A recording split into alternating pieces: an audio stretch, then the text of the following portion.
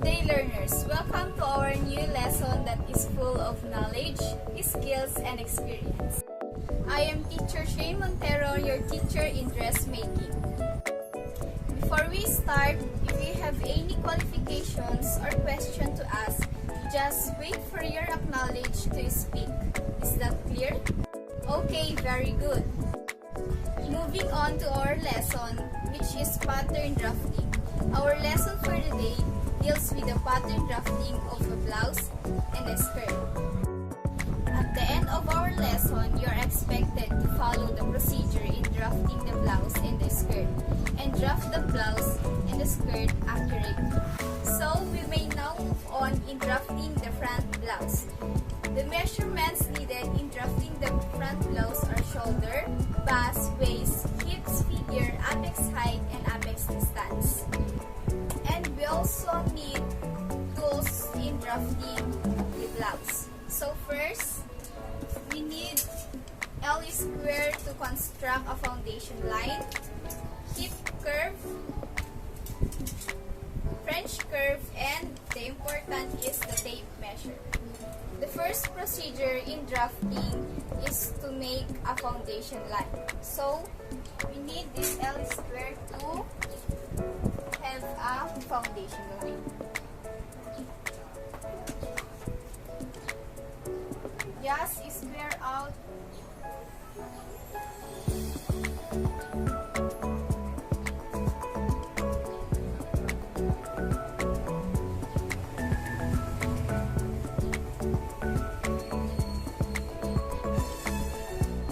then A to B is the blouse length. So we will measure A to B.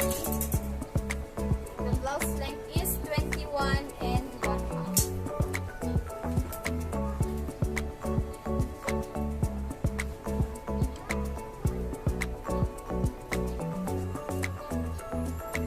Is A to C, which is 3 inches.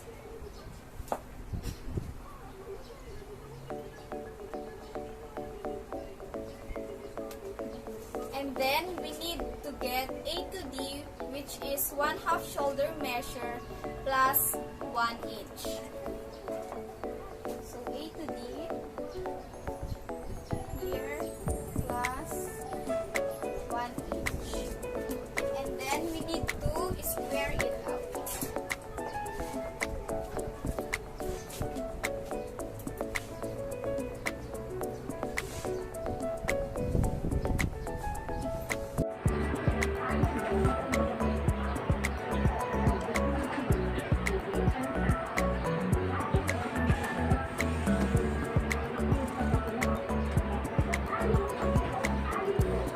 And then, we need to get A to E, which is equal to the apex height. So, the apex height is equal to 9.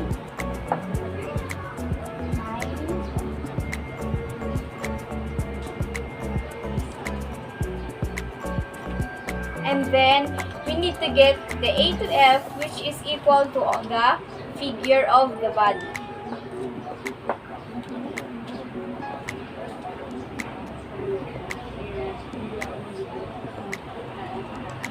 And then, we need to extend the line from the point.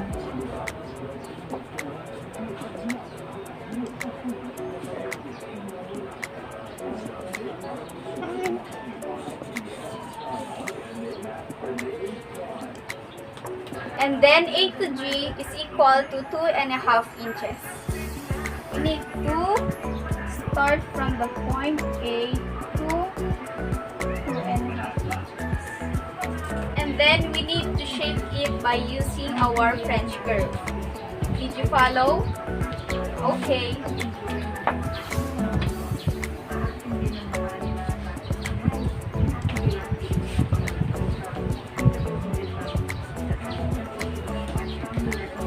And then from E to H, we need to get the apex distance and divided by it to 2. So which is 7 divided by 2 is equal to 3.5 inches.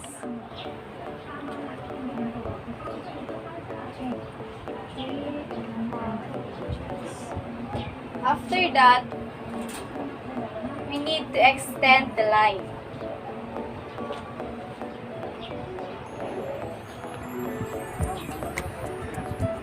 And then square it down from the tip point.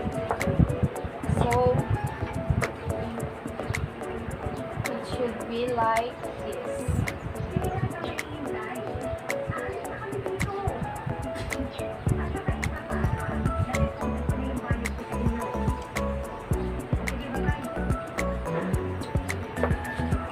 And then from the shoulder drop, we need to drop 1 1/2 inches. So 1 1/2 inches. And then connect it from the tip of the neckline.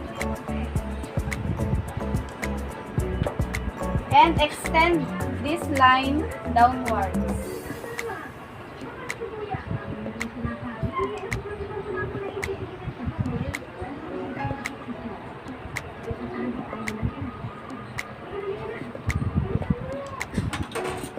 And measure 4 inches long.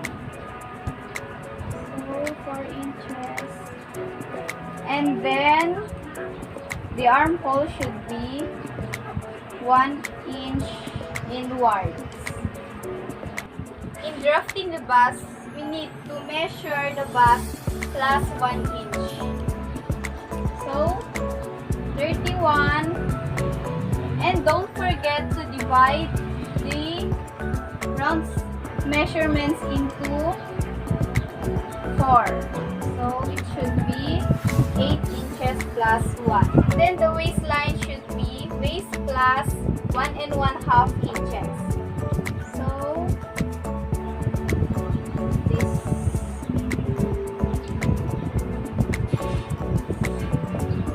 And then in getting the darts, we need to measure 1/2 inch each.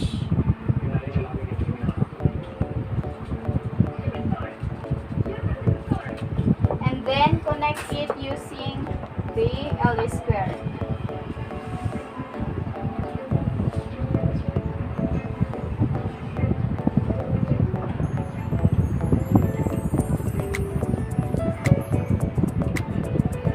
Then we must need to connect from this point to this point using our French curve.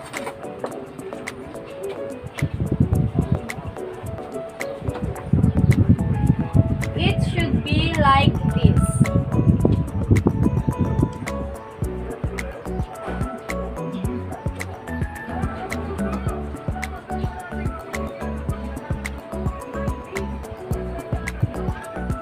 And then the measure of these darts is equal to 5 1/2 inches long. So 5 1/2 inches long. And we need to connect it again.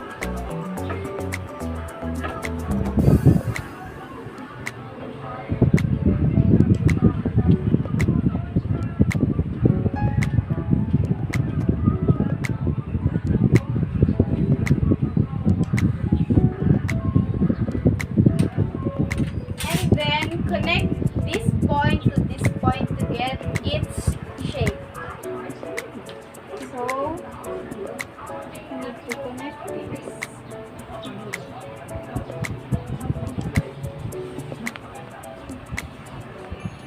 And then this point.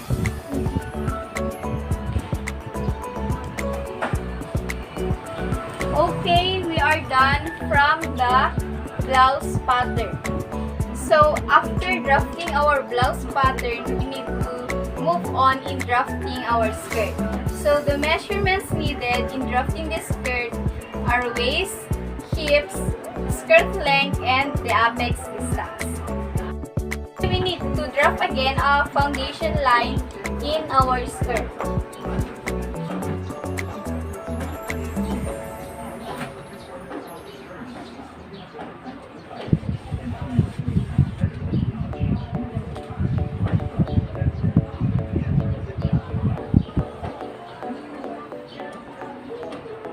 And then, from A to B, is 1/2 inch.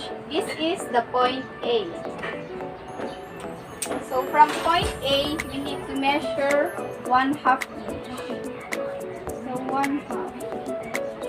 And mark it as point. And then from point A to C, we need to measure a 7 inches. So from this point A, mark it as point C. And then from B to D, we need the skirt length, which is 15 inches long. So from point B, and then we need to extend the lines from point C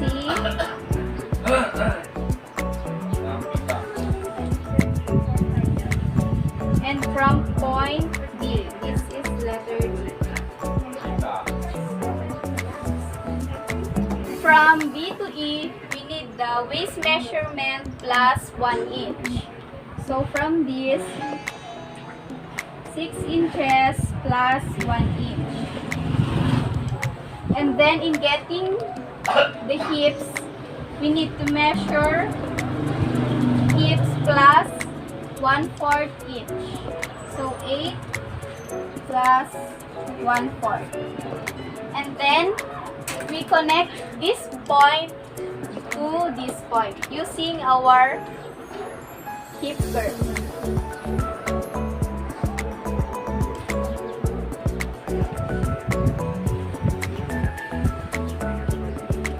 And then connect this point to the hips.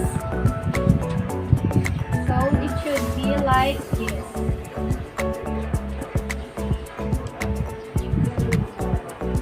And then we need to square it down from this point.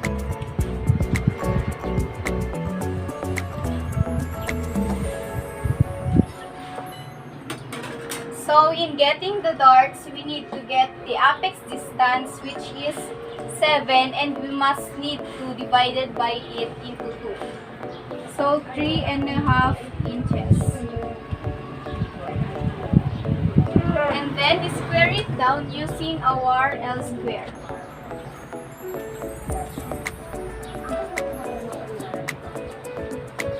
In making the darts, we need to measure 5.5 inches. And 1/2 inch each darts. And we need to connect it from its length of the darts.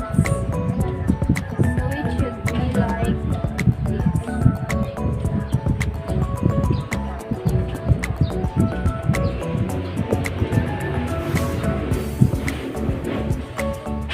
So we are now finished in drafting our skirt. Now we may now move on in drafting the sleeve for our blouse.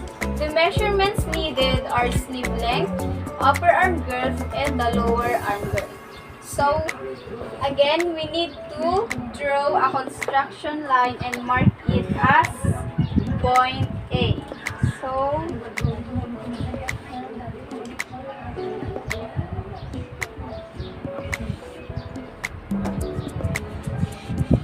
to mark it.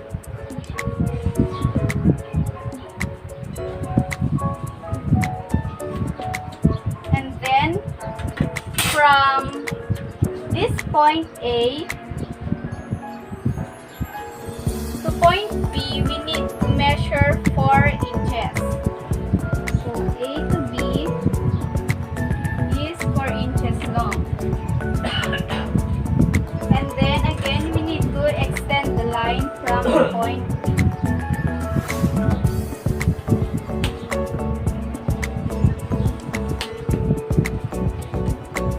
And then from point A to C, we need to get the sleeve length, which is equal to 6.5 inches. Again, we need to extend the line. So this is point C.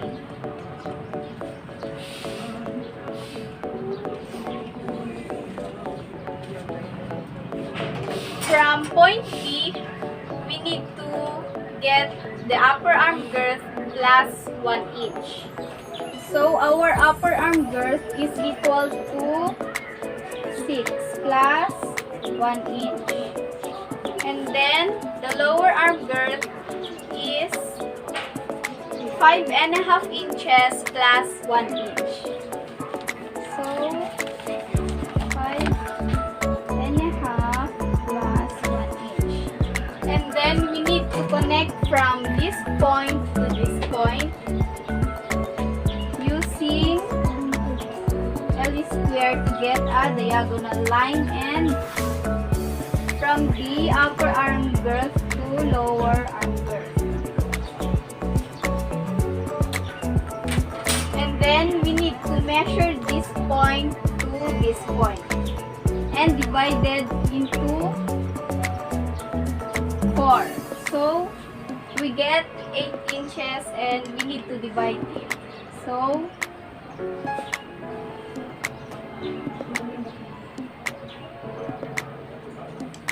and then from this point we need to measure 1 inch upward. So it should be like this. And from this point we need to measure 1/4 downwards. So 1/4. And then we need to connect it by using our French curve.